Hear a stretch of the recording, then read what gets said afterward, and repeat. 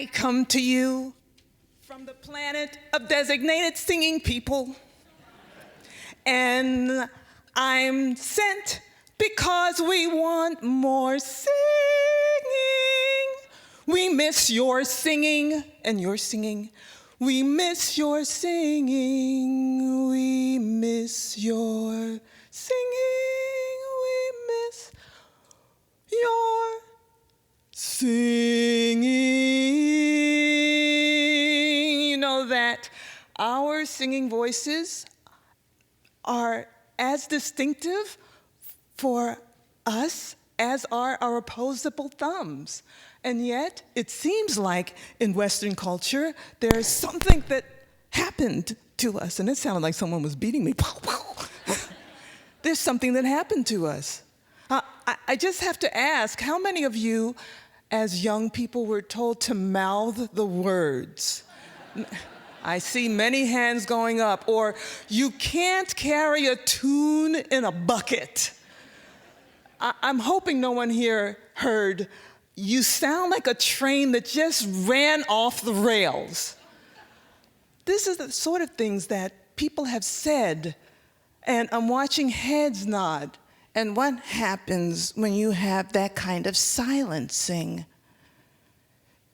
What happens is that we are who the designated singers get a note in our inbox and it says, you must go and you must make singing. So I'm here to see if you're willing to open up those places in your voices again. Are you? Yes. Oh, goody. Because today, let me say something first. I must say that it's not just about the singing voices. Something happens, it seems, when this happens, and it can be very insidious. Your singing voice shuts down, and all manner of the voice shuts down. I work with leaders who handle and manage organizations all over the world, Amnesty International, Google, Sierra Club, Twitter, all over the world, and they're all innovative, very strong, assertive, out people. And then, when we ask them to give us their aspirational goal for a year-long training program, and then to step up and sing it, you would think I told them they had to kill the person they loved the most. But then this is what happens after we sing. After we sing, there comes to be some kind of more creativity that shows up in the group. There's more willingness to take risk. And if you don't have that, if your voice stays in this shutdown place, it's not just your singing voice, but if you're not the professional politician, then you think your voice doesn't have something to say that's important to put it in the middle of the public sphere. Or that if you're not a professional financier, you don't think you can bring to voice what you might know about what it takes to change policies in your community, in your family, that might take more account of our social wealth. Those things that you want to say, but that seem to just kind of get stuck right here, or when the throat clenches a little and you let it stay clenched rather than going, want to say, just like that, right when there's something that scares you to say it. Would you ever do that? No. Well, maybe not yet, but maybe after we're done today, you might. Because there is something about opening that back up again as a child, that playfulness, that makes it possible to have all manner of expressions of your voice experienced not as a curse to be silenced, but as a gift to be blessed. So that's what we're here to do today. So today, we've heard so many wondrous possibilities, focused, ultrasound, my goodness, I heard a lot of oohs and ahs, right? And I would want to, with the same care as John, as he was teaching his wonderful fourth grade students how to solve some of the world's problems, I would want to, with that same care, bring forward the possibility that your voice and learning how to amplify it in everyday situations might be just what we need, might be just the difference that is needed to make a difference in some of the bigger problems that we face. And so rather than just speaking our wonder or that little slight polite breath that you take when there's surprise or insight, we're going to practice doing it out loud. So here is a chant that Bobby McFerrin taught us as ways of expressing our wonder, and there's 2 words in this chant, ooh and ah. You can say it, ooh and ah. And here is the melody that it goes. Now listen first. Ooh ah ooh ah ooh ah ooh. Ooh ah ooh ah ooh ah ooh. Ooh ah ooh ah ooh ah. Ooh ah ooh ah ooh ah. Now, the breath is essential, that musical breath. Ooh ah ooh ah ooh ah. Breathe in. So I'm going to teach you line by line, and then we're going to do it as a round. And you'll hear something happen that will be something a little surprising when we do it together, okay? But first, all together, listen and then sing. Ooh ah ooh ah ooh ah ooh. Ooh ah ooh ah ooh ah. Perfect. Perfect. I'm going to tell them in the designated planet of singing people that you are really, really good. Okay, we're going to put it all together. Ooh ah ooh ah ooh ah ooh. Ooh ah ooh ah ooh ah ooh. Ooh ah ooh ah ooh ah. Ooh ah ooh ah ooh ah. Ooh ah ooh ah ooh ah ooh. Ooh ah ooh ah ooh ah ooh. Ooh ah ooh ah ooh ah. Ooh ah ooh ah ooh ah. Round. Ooh ah ooh ah ooh ah ooh ah. Ooh ah ooh ah ooh ah ooh ah. Ooh ah ooh ah ooh ah ooh ah. Ooh ah ooh ah ooh ah. Ooh ah ooh ah ooh ah. Sing it softer. Ooh ah ooh ah ooh ah ooh ah ooh ah ooh ah ooh ah ooh ah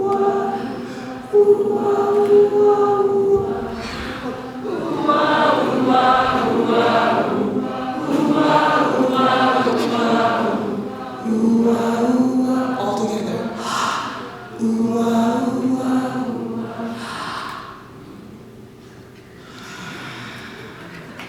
And so, could you imagine feeling wonder sometime? Like something wonderful happens as you're walking in the walking mall in Charlottesville and you just start singing out, ooh ah, ooh ah, ooh ah, ooh ah, and you laugh. Would you? Would you? Why not, if not? As kids, wouldn't we just sing out and allow that to be? That's why the planet of designated singing people sent me, because we're not hearing that in everyday life, and we're wondering, where is the wonder here? Where is the wonder? But it's playful, yes, but some of you might have seen the film, The Singing Revolution, where the people in Estonia, as they were combating and working to win back their freedom after decades of occupation by the Soviets and by the Nazis, and lost 1/3 of their population, they sang to regain their freedom. The tanks are moving in to take over their communication system, and they have no weapons because they were a beaten, occupied people, and they sang their traditional songs instead and called each other out and stayed strong in the face of that. So it's not just something playful. And in South Africa, when we had beautiful Vusi here to sing for us, the film Amandla, the documentary, talks about the role of singing also in that culture. And as the police in the documentary and the armed forces say, you know, when they surrounded us, we couldn't tell how many there were, and it was so disarming. There are larger applications for this. And then it could, yes, save a whole country, but it could also save a life. Your personal alarm system. When you are noticing something, yeah, take out the camera and take the picture, but stop this crap right there in front of you with that sound. I've used it at meetings of lots of lawyers who are not able to agree on very important international policy. It works.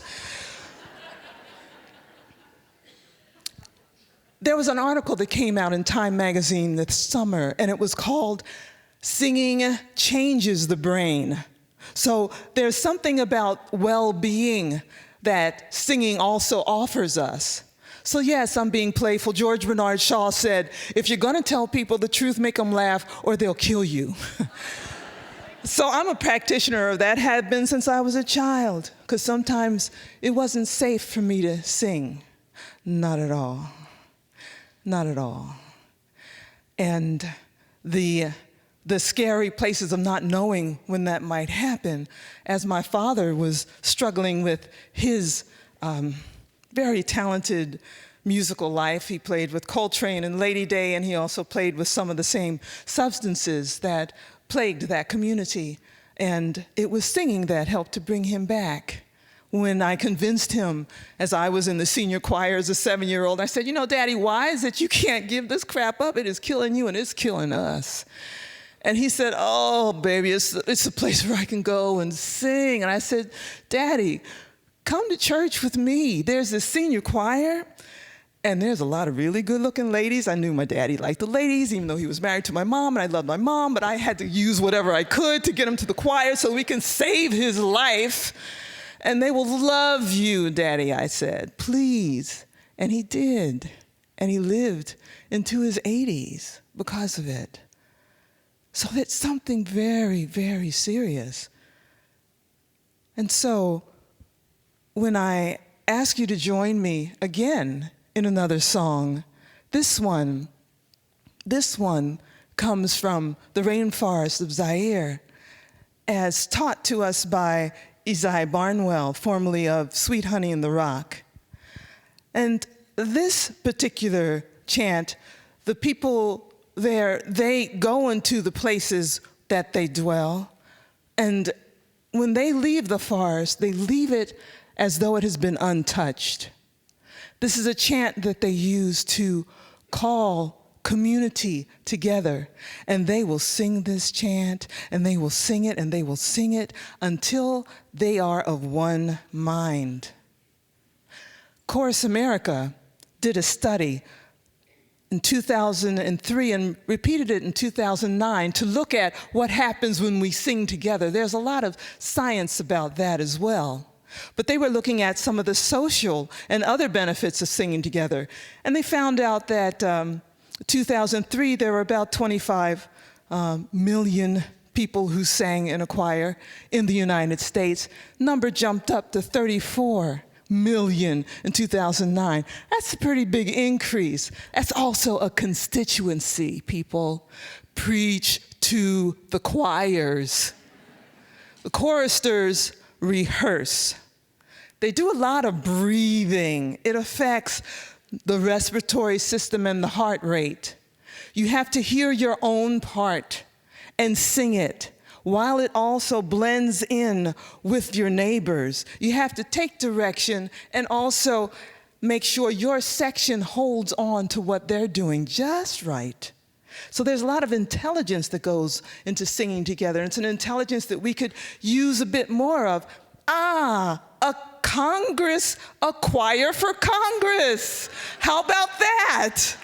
Yeah! Hadn't thought about that before. So, I have some friends I could talk to, but that's another story. Here we will sing this song from the rainforest.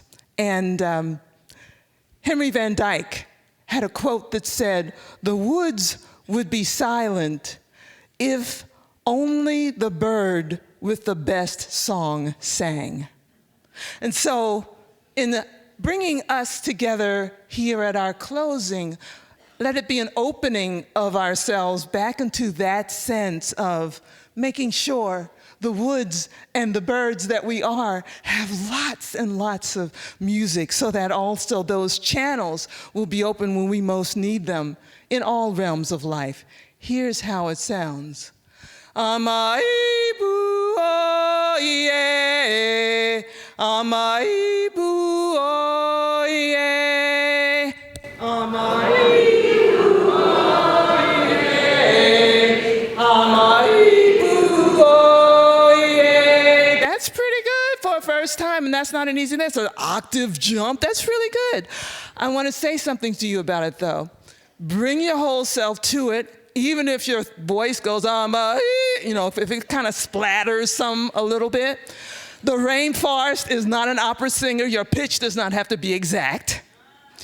But get it close, and really do not be shy about giving it the full breath. Amaibu, oh yeah. Amaibu, oh yeah. Amaibu, oh yeah.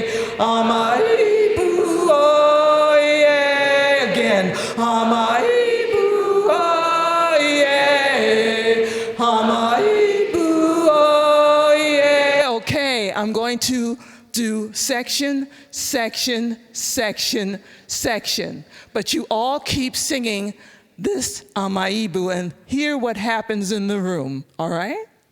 Here we go. We'll do it all together once, and then I'll start here, and I'll point. Once you get in, stay in. And just listen to who else fills our room. 1, 2, 3, 4.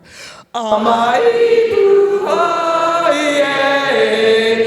Amaibu, oh yeah. Amaibu, Amaibu, Amaibu.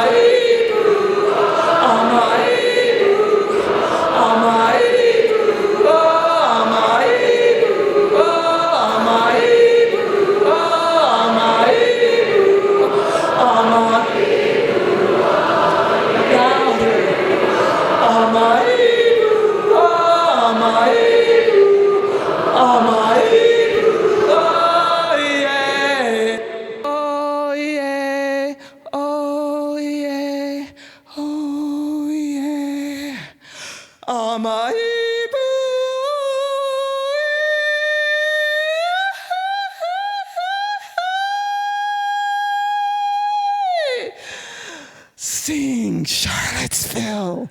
Sing. Thank you. Bless your voice. Bless your voice. Bless your voice. Bless your voice. Thank you.